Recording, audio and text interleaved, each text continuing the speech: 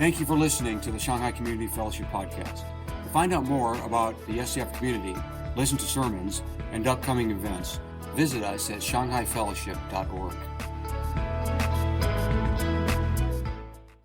All right, well, of course, this is the Christmas Day celebration, and we come to celebrate the birth of Jesus, but as I think we're all very much aware, when a baby is born, there's a mom involved, at least a little bit, right?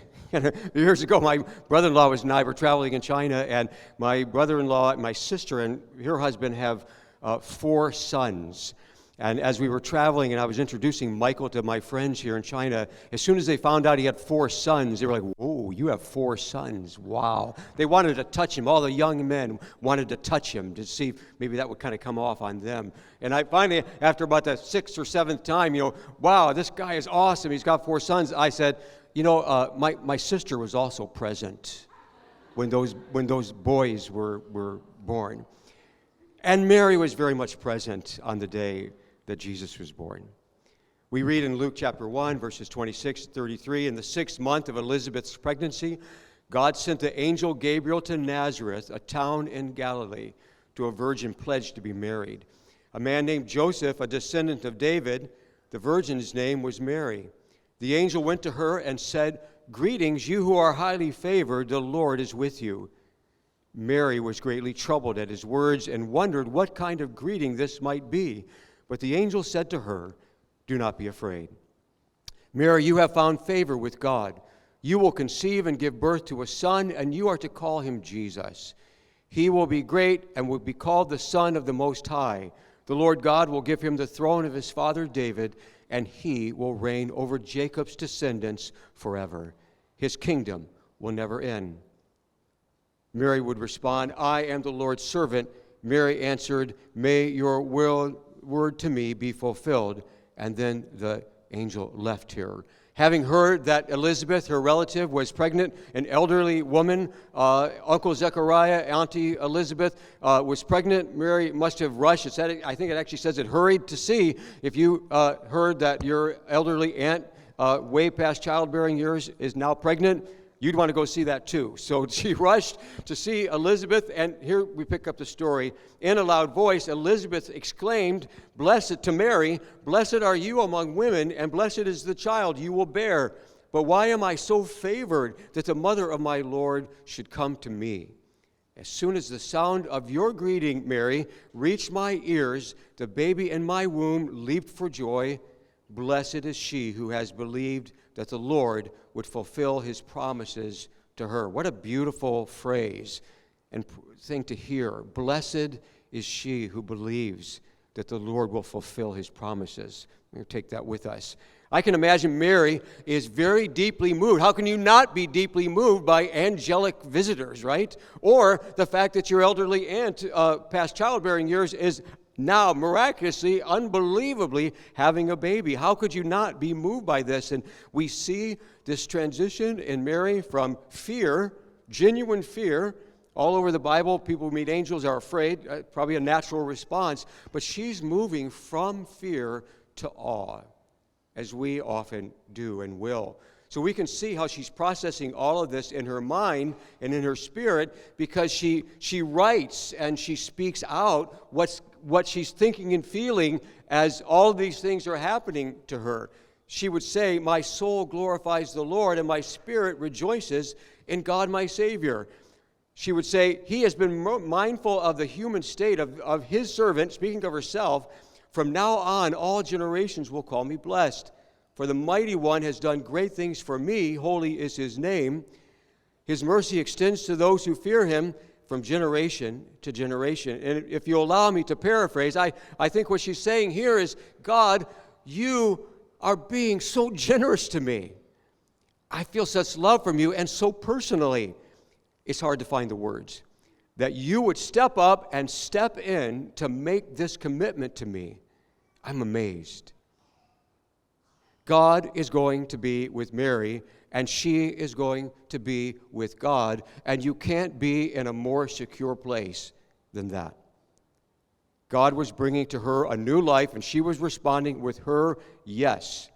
And the joy that she speaks out, which is so personal, only is going to grow in power as we realize that the blessing of Mary is also to Abraham and all of his descendants, in other words, all the Jewish people, but for all people everywhere and in every generation. So that's us today. And this is what she would say. He, that is God, has performed mighty deeds with his arm. He has scattered those who are proud in their inmost thoughts. He has brought down rulers from their thrones, but has lifted up the humble. He has filled the hungry with good things, but has sent the rich away empty. He has helped his servant Israel, remembering to be merciful to Abraham and his descendants forever, just as he promised our ancestors. God is turning things around.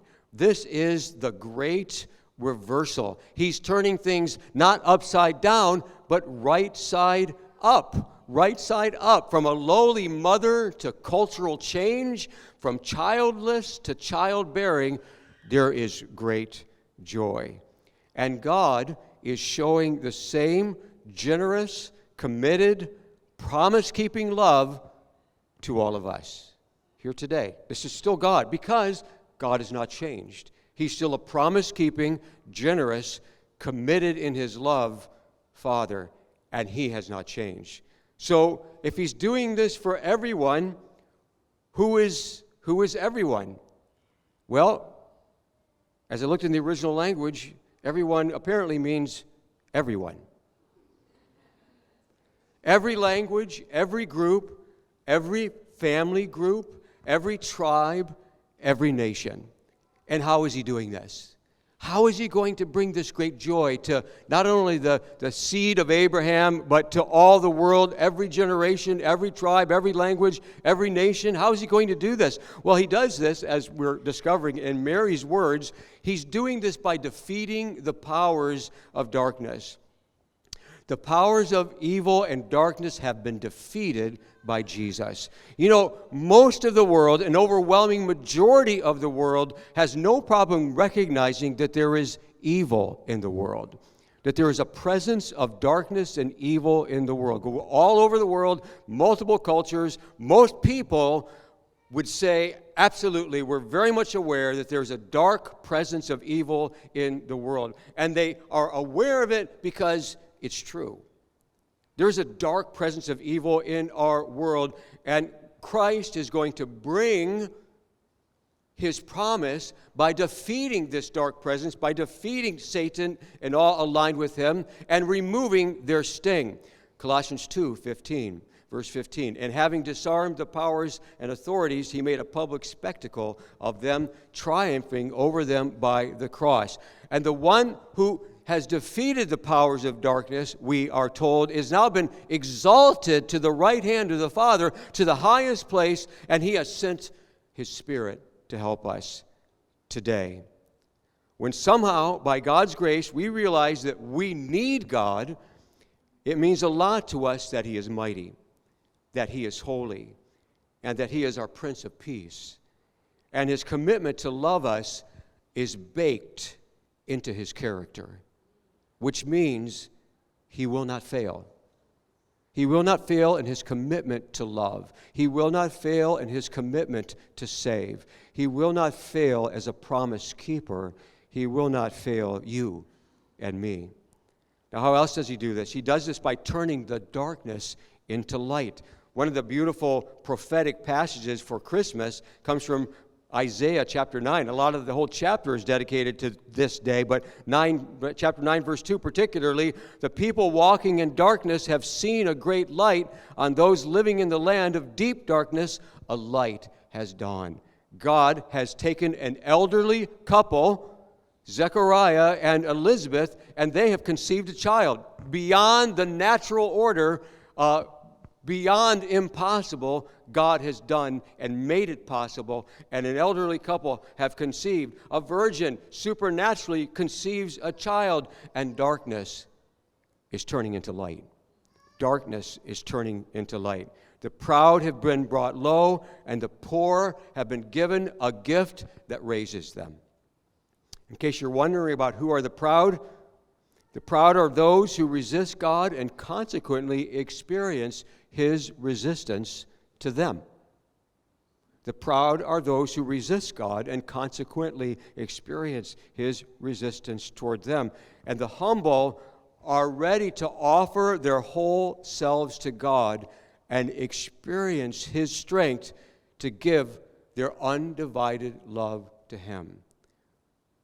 The humble are people who are willing to give themselves, their whole selves, to God, and then find that God is helping them by His Spirit to remain faithful to Him. And the beautiful thing here about God and this thing that He's doing in us, bringing us joy, bringing us the fulfillment of His promise through Christ by crushing the powers of darkness and turning darkness into light, is that should we fail and should we fall, there is a restoration and a promise of restoration to full fellowship. In other words, so many times I'm talking to people, and you know what the biggest concern is about answering this promise is, what if I fail?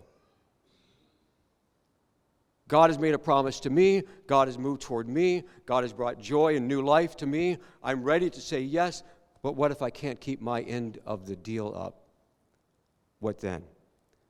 I think it's because so many times in this world, and many times in almost every relationship we have, that if we fail or if we fall, we're out. No second chances. But this is not God. He calls us to Himself. He raises up the humble when we are willing to offer Him our whole selves. And it is a gift not received from the Father, but a gift we offer the Father. So today is not just a day to recognize the gift that has been given, but today is a day to look at the gift of our own lives that have been offered to Him. And as I said a moment ago, so often what we're concerned about is that, yes, but what if I fail? What if I fall? Because every other key relationship I have, if I fall or fail, I'm out. You're gone. We don't want you here. Well, we know that our God, because of the power of His Spirit and the greatness of His commitment, which is baked into His character, means that forgiveness is provided for should we fall and should we fail. We are not out. We are welcomed back in, back home. You know, Christmas Day is like a wedding anniversary. You say, what do you mean? How is Christmas Day like a wedding anniversary? Well, you know, the anniversary day, the date of a wedding anniversary comes around every year. And I hope if you're here today and you are married, that you do get to celebrate your anniversary every year. You do a little something, a card or maybe a WeChat with a red heart at the end of it. I don't know, something. You'll recognize that day. This is the day that we were married 5 years ago, 40 years, whatever the number is. All right? The anniversary day is celebrated every year. And what is remembered is that very special day all those years ago. But we all know, whether we're married or not, the wedding day and the anniversary day are not the same thing as a marriage, right? I mean, the wedding day and the anniversary date that we celebrate, remembering the wedding date, are important and, of course, and significant, but they're not the marriage. Marriage is something really very much different, isn't it? It's a marriage because a marriage is every day.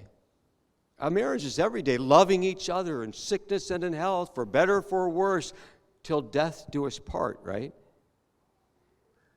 And the Bible helps us to see that marriage is a metaphor that points us to a love and a loving commitment that our hearts long for.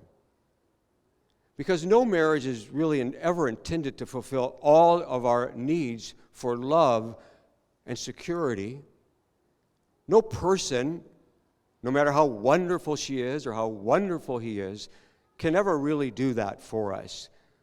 Marriage then becomes a way for God to wake us up and to see that the love and the security that we desire are not in another human being, but in the love that God is expressing to us, and completed in the gift that we celebrate today, in the gift of Jesus. So let me be the first on this day, December 25th, 2024, to wish you a happy anniversary.